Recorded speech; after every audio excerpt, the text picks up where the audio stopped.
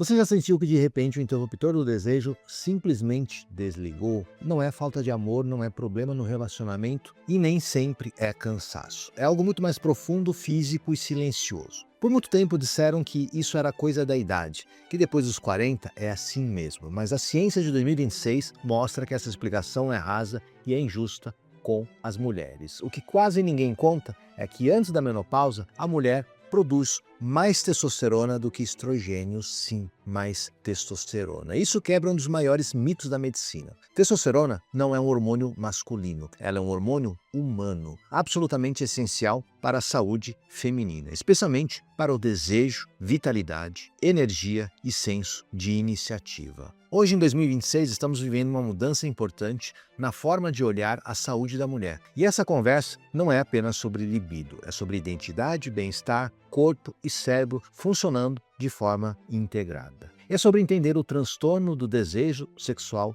hipoativo, o TDSH, sem julgamento moral e sem romantização do sofrimento. O TDSH não é simplesmente não estar com vontade. Ele é definido como uma ausência persistente de pensamentos ou fantasias sexuais que causa sofrimento à mulher. Sofrimento é a palavra-chave. Não é sobre corresponder à expectativa de alguém. É sobre se sentir algo em você mudou e isso te incomoda, te entristece ou te distancia de si mesmo. E aqui entra um ponto fundamental. Diferente do estrogênio, que cai de forma abrupta na menopausa, a testosterona na mulher ela começa a cair muito antes disso. A partir dos 20 e poucos anos, essa produção já entra num declínio lento, mas contínuo. Quando a mulher chega aos 45 anos ou 50, ela costuma ter cerca de metade da testosterona que ela tinha na sua juventude. O problema é que quase ninguém mede isso de forma adequada. Os exames laboratoriais tradicionais, elas têm uma baixa sensibilidade para níveis tão baixos de testosterona feminina. Por isso, em 2026, o diagnóstico do TDSH ele é essencialmente clínico. Ele começa com escuta, história detalhada, avaliação de sintomas e exclusão de outras causas como depressão, estresse crônico, exaustão emocional, distúrbios do sono ou, por exemplo, conflitos relacionais. A testosterona não é a primeira peça do quebra-cabeça. Ela é a peça final. Antes de pensar em repor a testosterona, é obrigatório avaliar estrogênio, sono, metabolismo, saúde mental e contexto de vida. Quando isso não é feito, o tratamento falha e a testosterona acaba levando a culpa injustamente. Quando bem indicada, no entanto, a testosterona ela começa a mostrar efeitos que vão muito além do quarto.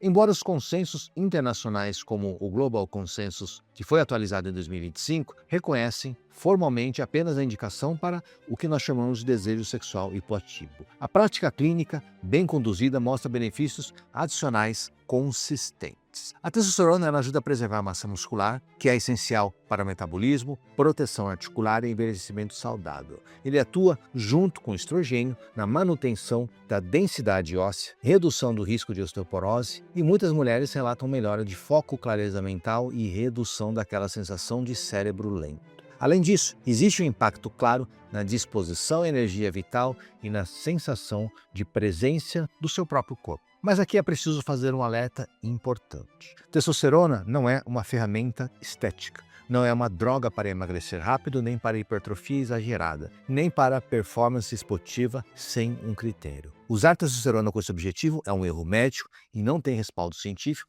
quando nós falamos da saúde feminina. Então surge o maior medo de todos, o medo da masculinização. Aquela voz grossa, pelos no rosto, queda de cabelo. Esse medo é sim compreensível, mas precisa ser contextualizado.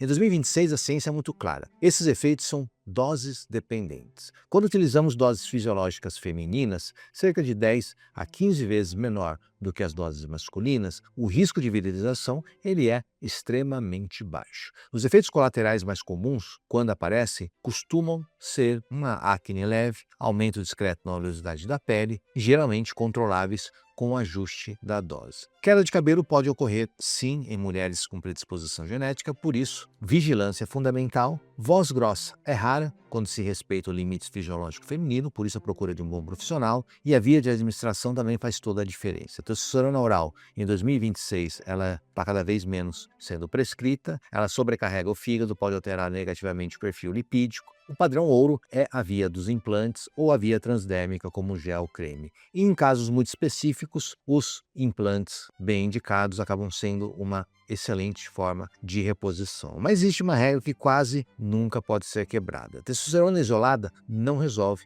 um organismo desregulado. Se o estrogênio está baixo, se o sono está ruim, se existe uma resistência à insulina ou uma inflamação crônica, a testosterona não vai fazer milagre. E é exatamente isso que nós vamos aprofundar nesse vídeo. Se você chegou até aqui, já entendeu que a testosterona não é vilã e nem a solução isolada. Agora, eu quero te mostrar como um tratamento é feito de forma correta em 2026, porque é exatamente aqui que a maioria dos erros costumam acontecer. Primeira regra simples, mas frequentemente ignorada. Testosterona não vem antes do básico. Antes de pensar nela, o organismo precisa estar minimamente organizado, o estrogênio precisa estar adequado, o sono precisa existir, o metabolismo não pode estar completamente desregulado e tentar tratar desejo sexual hipoativo com testosterona em uma mulher que ainda sofre com ondas de calor, insônia, secura vaginal ou fadiga extrema é como tentar acelerar um carro sem combustível. Quando o estrogênio está baixo, o cérebro e os tecidos não respondem bem à testosterona. Por isso, na prática clínica moderna, a testosterona ela entra como um complemento e não como protagonista isolado. A segunda regra é começar baixo e ir devagar. Em 2026, ninguém sério inicia testosterona em mulher com dose alta. A abordagem correta é começar de forma lenta e progressiva. Começa com a menor dose possível, observa uma resposta clínica e só então se considera o ajuste. Aqui o sintoma guia mais do que o número do exame. E isso é muito importante de entender. Diferente do estrogênio, não existe um valor laboratorial de testosterona feminina que sozinho determine o sucesso terapêutico. O objetivo não é bater número. O objetivo é melhorar o desejo, o bem-estar, a vitalidade, sem ultrapassar os limites fisiológicos femininos. Por isso, o acompanhamento é essencial. Em geral, o monitoramento ele é feito a cada 3 a 6 meses. Avalie-se a testosterona total, na livre, quando possível, perfil lipídico, função hepática e principalmente sinais clínicos. O corpo sempre fala antes do exame. Outro ponto importante que precisa ficar muito claro é o tempo de resposta. A testosterona ela não age como um estimulante imediato, não é algo que você usa hoje e sente amanhã. A maioria das mulheres começa a perceber uma mudança real entre 3, 4, 5 semanas de utilização, com benefícios mais consistentes entre o terceiro e o sexto mês. A expectativa errada gera frustração desnecessária. Agora vamos falar de algo que quase ninguém explica direito. O desejo sexual feminino não é apenas hormonal, ele é multifatorial. Hormônios são uma parte fundamental, mas não é a única. Estresse crônico, sobrecarga mental, exaustão emocional e falta de autocuidado sabotam qualquer tratamento. E é por isso que as mulheres extremamente sobrecarregadas, mesmo com hormônios ajustados, podem demorar mais para responder. Não porque a testosterona não funcione, mas porque o sistema nervoso está no modo de sobrevivência. Desejo não nasce num estado de alerta constante. Outro erro comum é usar testosterona com expectativa estética. Emagrecimento, definição muscular exagerada ou performance esportiva não são indicações terapêuticas. Quando a testosterona é usada com esse objetivo, e geralmente em doses acima do fisiológico, o risco de efeitos colaterais aumenta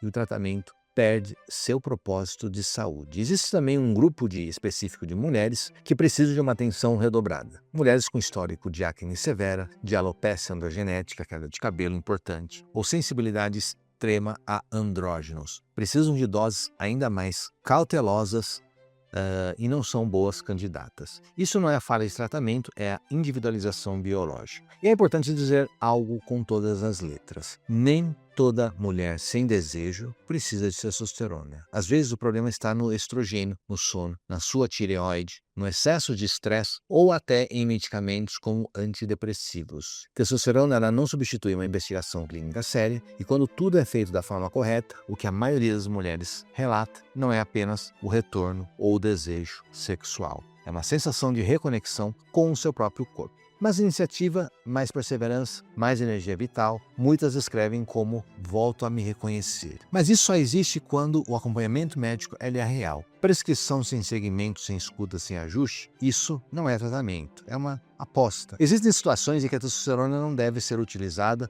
ou deve ser usada com extrema cautela. Mulheres grávidas, obviamente, não devem fazer nenhum tipo de reposição hormonal. Mulheres com câncer hormônio dependente, ativo ou recente precisam de uma avaliação oncológica rigorosa antes de qualquer decisão. E mulheres que não se sentem incomodadas com a ausência de desejo também não precisam ser medicalizadas. Tratamento só faz sentido quando existe sofrimento. Testosterona em mulher não é melhora de performance, agradar ou corresponder à expectativa externa. É sobre qualidade de vida, se sentir viva dentro do seu próprio corpo. Existe uma ideia perigosa de que perder o desejo faz parte do envelhecimento feminino e que a mulher precisa simplesmente aceitar isso em silêncio. A ciência de 2026 mostra que essa narrativa não é verdadeira. O desejo não desaparece por idade, ele desaparece quando a fisiologia, o sistema nervoso e o contexto de vida deixam de sustentar esse desejo. Outro mito muito comum é achar que testosterona vai transformar toda mulher em mulher agressiva, masculinizada ou irreconhecível. Isso não acontece quando o tratamento é feito com critérios em doses fisiológicas ou doses suficientes para que a paciente tenha uma resposta adequada. O que transforma o corpo é o excesso e não o hormônio em si. Também é importante quebrar a ideia de que testosterona é uma solução universal. Ela não é. Para algumas mulheres, ajustar estrogênio, sono, metabolismo já é suficiente para restaurar o seu desejo. Para outras, a testosterona é a peça que literalmente faltava dentro desse quebra-cabeça. Medicina de verdade não trabalha com atalhos, trabalha com individualização. Outro ponto essencial é entender que desejo feminino